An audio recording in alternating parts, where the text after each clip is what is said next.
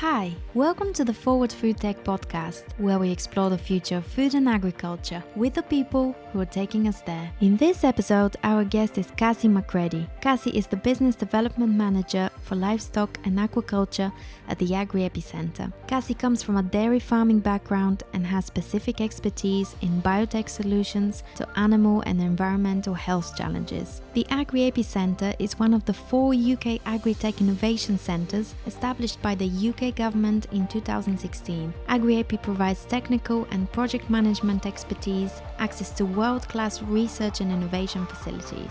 Agri-Epi has over 170 members across agriculture, technology and the supply chain. Kasi will tell us what benefits and opportunities Agri-Epi offers to agri-tech and food tech companies in more detail. We'll learn about Agri-Epi's smart farms and satellite farms portfolio and how businesses can get involved. Kasi also speaks about what businesses should consider from a farmer's perspective and her prediction for the changes we're expecting to see on farm over the next 5 years. Here's the conversation between Rob and Kasi. Kasi, this is the Forward Food Tech podcast, and you are very, very welcome to be the next person to be on this, because as of yet, we haven't had time to talk about something to do with the livestock sector or even the aquaculture sector.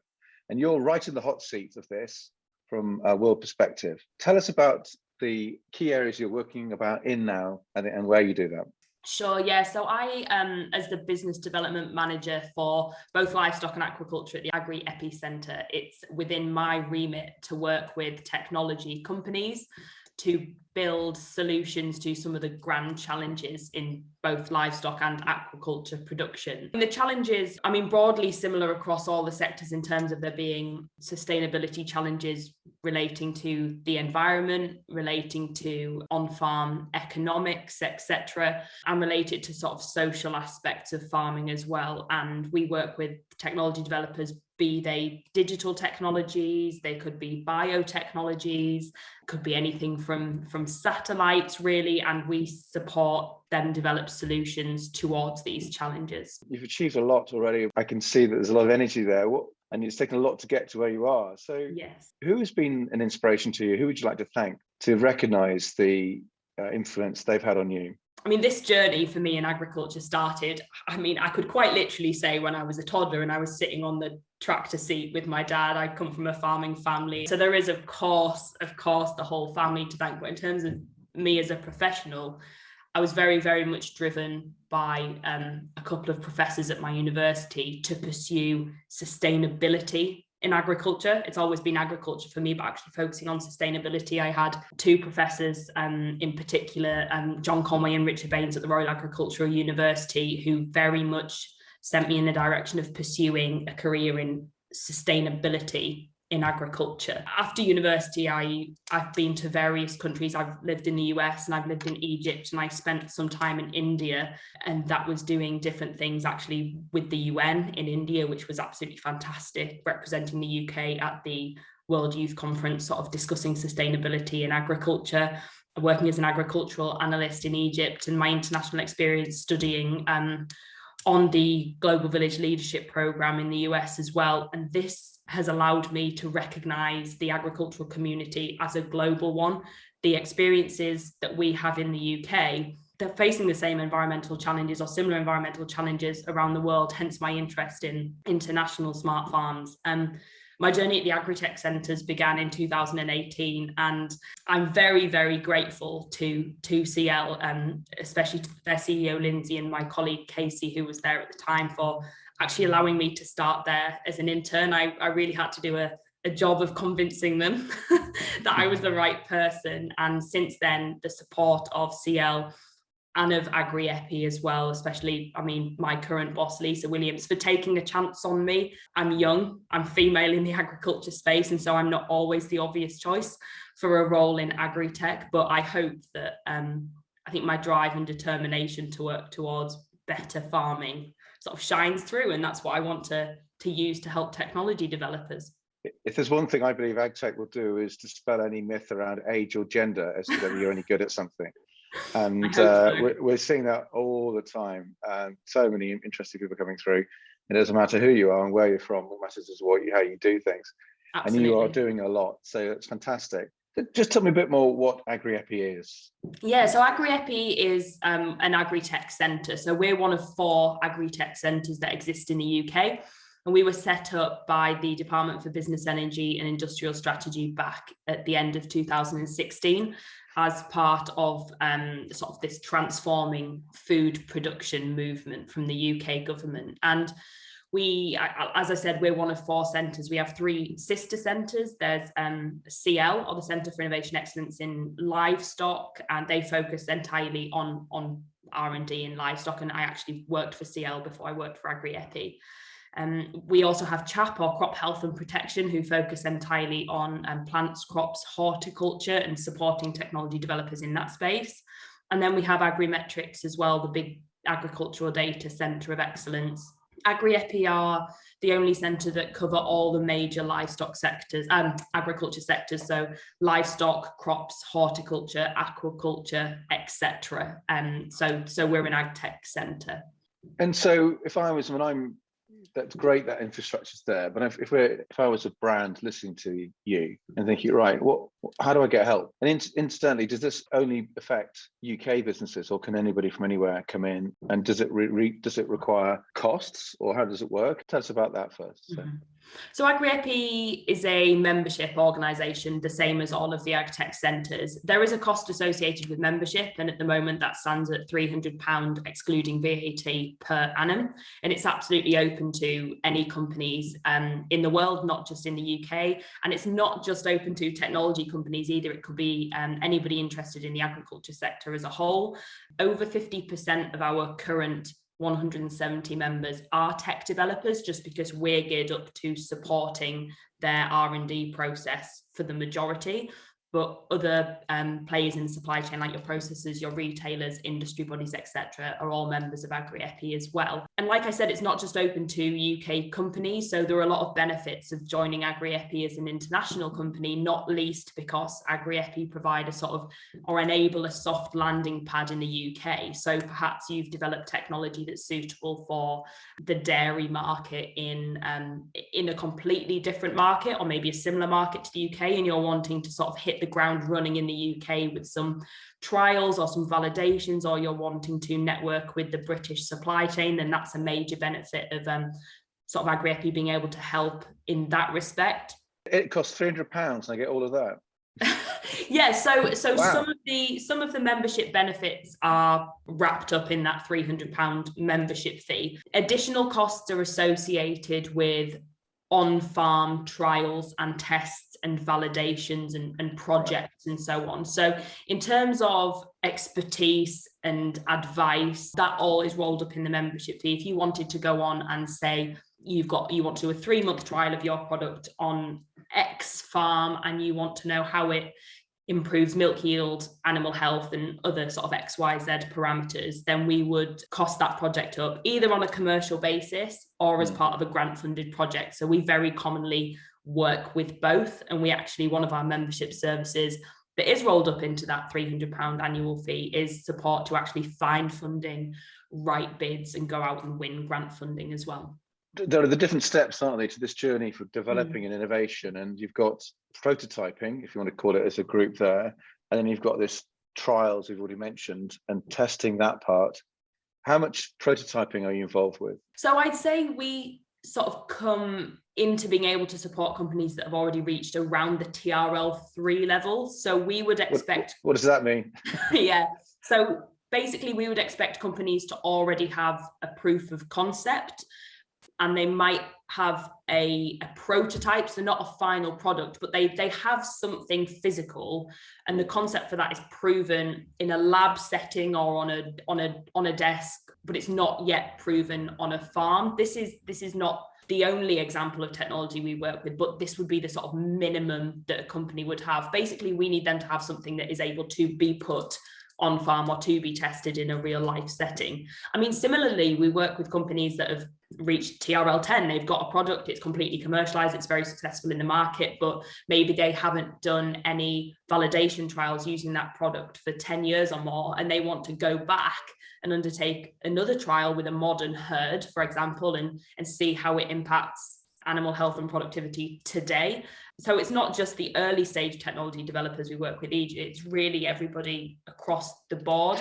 And before proof of concept area, before something's maybe proven for even safety or efficacy, sort of lies within the academic research base, which is sort of just a step before Agri-Epi. It's critical to remember that Agri-Epi's network of farms are commercial farms, and the farmers are driven by farm economics, as every farmer is, and therefore we wouldn't expect to be trialing technology that hadn't had its safety tested, or that we were very, very unsure was going to be impactful on farm. So if we took a tech parallel, it's a beta test in that case. Yeah, exactly. Yeah. I guess it's trying to see how it's going to be a benefit to the farm.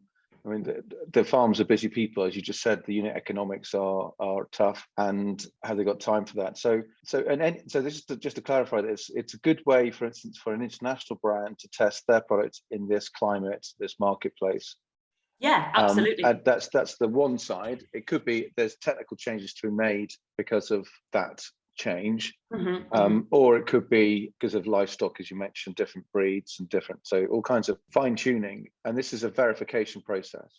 Yeah, so we exist to, as well as to actually optimize a product. It's very common that a product that's suitable for one market might not quite be suitable for another, and it needs some tweaking, it needs some optimization. It might need a further level of ruggedization. Say you're coming from quite a warm climate and all of a sudden you want to put some sensor technology in the Highlands of Scotland. Well, it's maybe going to act a little bit differently in that environment. So, absolutely, we expect people to even perhaps very slightly change or optimize their product over the R&D life cycle. But yes, international companies very, very welcome to come and use the Agri-Epi facilities as a soft landing in the UK. Okay, when I talk to VCs or people that want to invest in this industry, the biggest criticism they have is this traction, trying to get the sales machine going and the resistance to that. So you're clearly doing all of this to help make that happen. Brands that are trying to grow in this sector, what are the mistakes that you see that they do that you'd wish they would stop doing? I think for me, the number one is, of course, all these solutions are being developed to address grand challenges like climate change and like antimicrobial resistance, to name a couple of big ones in the livestock and aqua sector. But what you've always got to remember, at the end of the day, it's the farmer or a representative of the farmer within the supply chain that is going to be purchasing this technology. And so you absolutely have to focus on their interest, which is always going to be economics first and foremost. What is the return on the investment for this piece of equipment?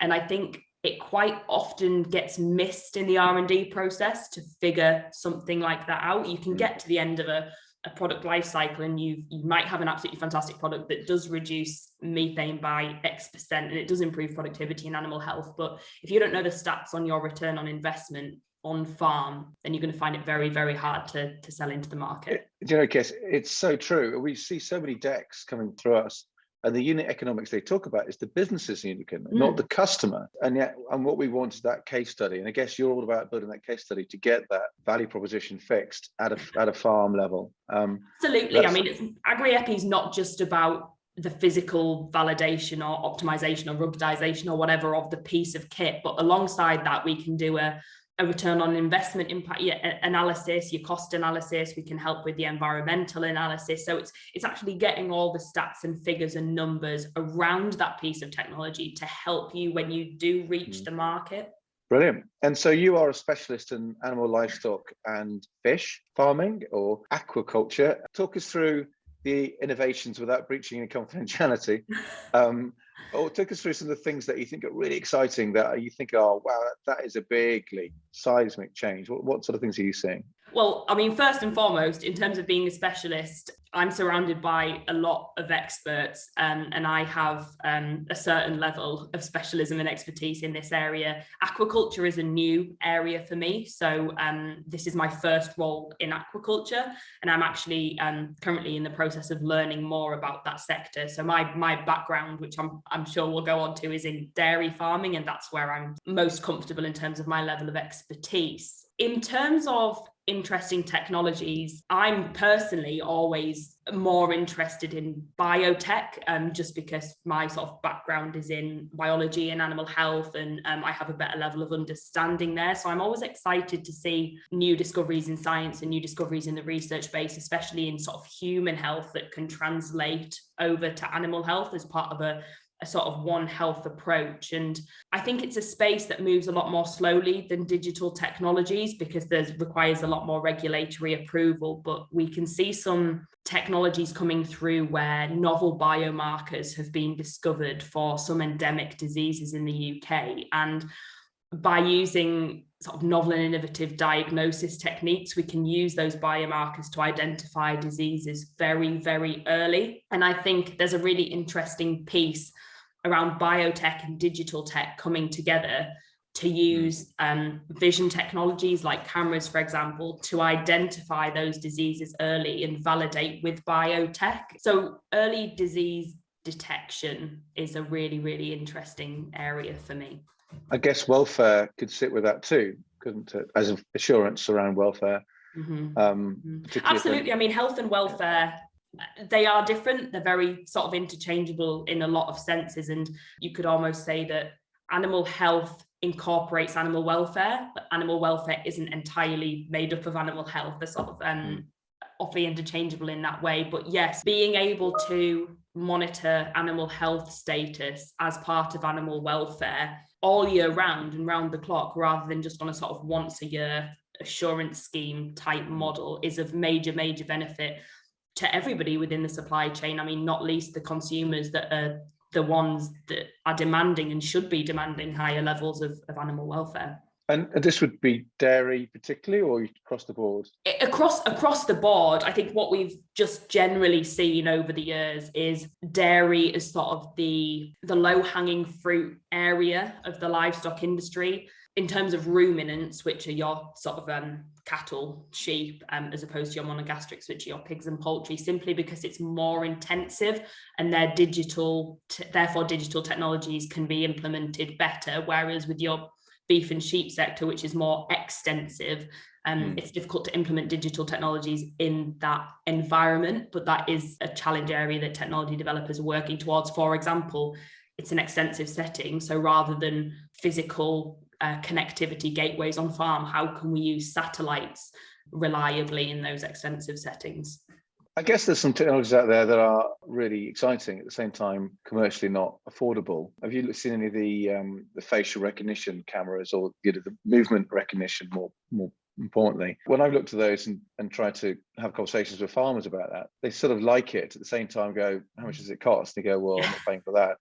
Circulating problem, isn't it? Perhaps it takes all of those different stars to align together, be it health, welfare, carcass performance, market added value, traceability, all these different touching points come together, and suddenly you've got a whole massive need there. I think in terms of the cost of technology, I mean, something I learned simply from growing up in the farming sector and from working with, and I mean, being a farmer myself, is that it's not how expensive something is that matters. It's the returns you're going to make from it. So I suppose every farmer would rather spend £10,000 on something useful that's working towards their goals of improved productivity and improved sustainability, etc., rather than £10 on something useless. Another factor with affordability in farm economics that you've got to consider is, as the UK has left the EU, we're moving away from the subsidy system under the Common Agricultural Policy.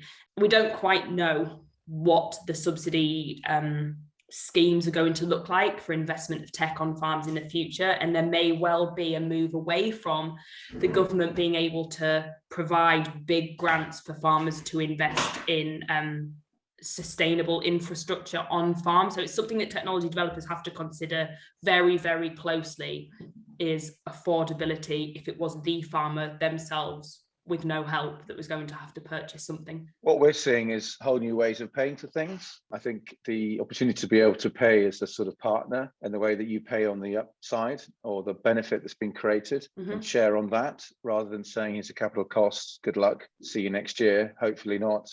Interesting that in more food tech areas that we're working in, we're seeing that. And I suspect it'll migrate into true hardcore ag tech I think it's migrated and is migrating. I mean, there's various business models. I don't think it will be sometimes, but I don't think it's always fully necessary to expect a farm to invest in capital equipment. You have business models that are more like subscription as a service, but then also beginning to notice technology developers moving away from is the thinking that every farmer has to invest in an individual piece of technology. Well, actually, could something be portable? Could it be shared between a group of farmers? There's all these different options that should absolutely be explored, as well as valorizing the outputs for other areas of the supply chain. So actually, could a piece of technology that's used on farm be paid for somewhere else in the supply chain? Is that data useful to the retailer? Is it useful to the processor, to industry body, to government for measuring sustainability metrics, etc.? So if you can valorize it in other areas of the supply chain where it is more affordable, perhaps that reduces the costs on farm. That's a technology ring rather than a machinery ring. That sounds great. Why not? Absolutely. Just an aside, you maybe think about something then, is that as a farm, if they are using camera technology, and I seem to talk about the cameras a lot here, but it's important to sort of square in this. How transparent does a farm really want to be? There's quite a lot of conversations around different ways of doing protocols, like farm assurance or whatever the protocol that a farm might be wherever they are in the world, and then moving away from somebody with a clipboard and a white coat coming around every now and again to digitalizing that process. And if you say to a farm it's going to save you money, and you go, okay, great. How actually genuinely transparent does a farm want to be? If you are opening up everything visually to potentially your marketplace, do you think that's got legs? Do you think that's going to happen? It's going to be of utmost importance that every technology developer considers data security as part of their innovation, because yes, absolutely, we are moving towards a more digital world, and there are going to be naturally, especially with camera technology, more pictures and videos produced on farm. Now, 99% of the time, that's absolutely not an issue. In the UK, we have very, very high standards of animal welfare, and you would naturally just see a beautiful barn with happy animals. But, in the wrong hands, it could be quite damaging information. I think those videos and those images, as long as the data is secure and it's used in the right hands for farm assurance, etc., and we shouldn't downplay how useful that is by thinking about the worries around data. It really just is a case of making sure that your data security on farm is very, very high, and that as a technology developer, that's something that you've thought about, because it is a concern of farmers. I mean, this is an area where, very much is activist activity, and we do want to avoid data getting into the wrong hands and being sort of mistranslated, if you like. Well, yes, the mistranslation is a good point. Should we be scared of stuff? No, I don't think so. I think actually openness and communication is key. I think if you're holding back and you're scared of sharing information, it'll only lead to sort of a wider gap being pushed between the active consumer and the farmer. And so, no, absolutely, I encourage the exact opposite. I think the mistranslation is the concern. As farmers, when we see a photo or we see a video of an animal, we know exactly what we're looking at. We can see something that to the untrained eye may look like an example of low animal welfare, but we know it's just a necessary undertaking to feed a calf that hasn't had a drink for a couple of days because they're feeling a bit off colour. So it's just making sure that, and this absolutely shouldn't come from on-farm cameras that are used for farm assurance, but any pictures or information or videos that do make it off farm and into the public domain are accompanied by very, very clear communication. I've just written down, be careful what you wish for. Next, what's going to happen, do you think, over the next 5 years? What do you think it will look like in 5 years' time? Your specific area of expertise. The farming sector is very, very much focused on improving its sustainability in the environmental remit. So I think over the next 5 years, we're going to see, it's going to be a lot more data. I mean, there's been technology coming down the pipeline for a long time that improves productivity, improves health, but actually being able to monitor and measure these changes on farm is going to be absolutely critical. I think over the next 5 years, we're going to see a lot of farmers moving towards monitoring things like carbon sequestration and producing data to show their move towards being more environmentally friendly, especially as the world begins to open up to and accept the sort of carbon credit trading markets as well, that are going to be sort of very, very important for farmers. From an animal perspective, What do you think will be the big changes? I think we're going to see a lot more technology used, but in harmony with old-fashioned techniques. I think it will be wrong to think that if you think forward, 5 years isn't a long time. Robotic milkers have been around for a long, long time before that, and they're still by no means the majority of how we milk cows on farm. So I think we're going to see a lot more use of technology that supports the movement towards environmentally friendly. So a lot of focus on technology that improves animal waste. So I think what people are going to start focusing on is it's not just milk that you're producing on that farm, you're also producing slurry, which could become a commodity in trading, and you can valorize that waste for use off farm or on farm as energy or biogas or whatever it may be. I just think it's going to be the uptake of a lot more technologies that reduce the environmental impact on farm. And there's a lot to do there. And as you say, 5 years isn't very long. Well, we can see, I mean, it's 5 years. It's, the NFU have set goals of net zero by 2030. And we see a lot of the retailers making even more ambitious goals than that, 2025 and so on. So farmers do need to be thinking about where they're going to be in 4 or 5 years' time. But no, there's a really short time scale on this. Exciting though, great for an ambitious person like yourself. It certainly presents an opportunity. I think it's one of the reasons the UK is such a huge opportunity for tech developers, is because we have a government, a food producer base and consumers that are all very, very actively pushing to achieve these goals that are sort of national and international agendas. And therefore, really, the market is ripe for technology developers to come in with the right innovation at the right price.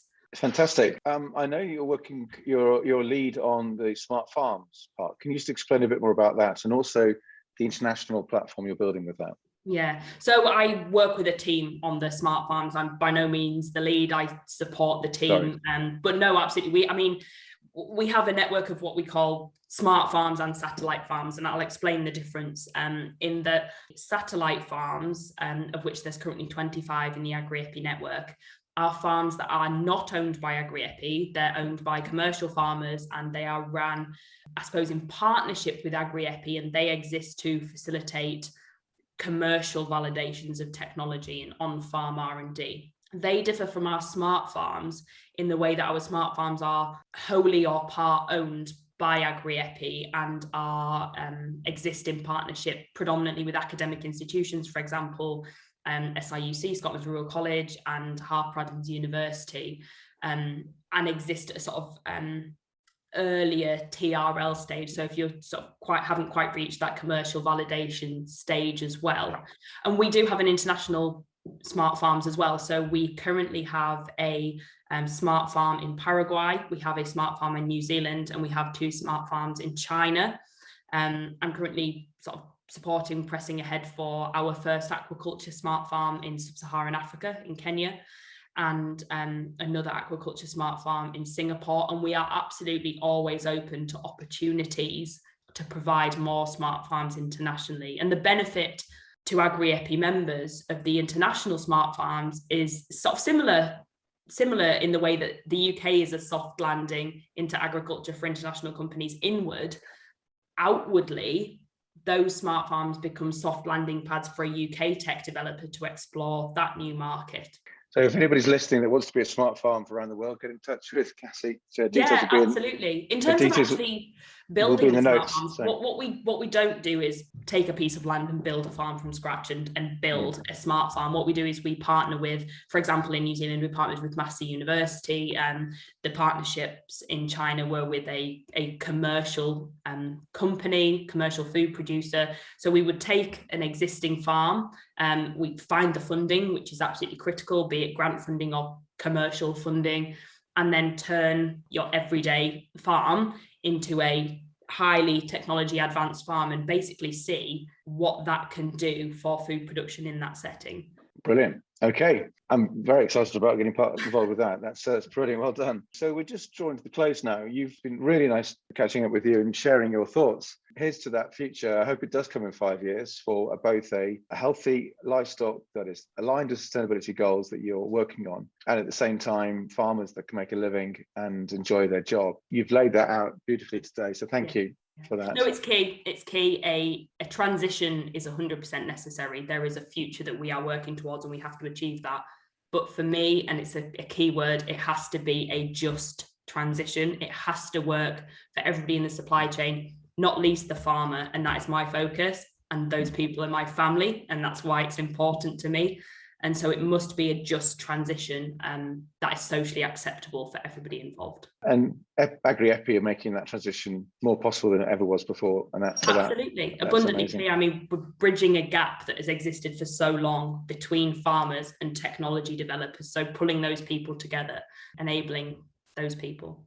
Thank you so much for your time today. It's been great talking to you. I hope to stay in touch, and anybody who wants to get involved with Smart Farms as a farmer, or even getting involved as a brand into the Agri Network, Kasi's details will be in the notes of this podcast, and please get in touch if that's okay with you, Kasi. Yeah, no, absolutely. Yeah, please do. Look, we're looking to hear from anybody working in this space. And Rob, thank you so much for having us. It's been a pleasure. It's been great to sort of, say some things out loud that we're always discussing internally. Thank you so much for your time today, and speak to you soon. Take care. Brilliant. Thank you so much.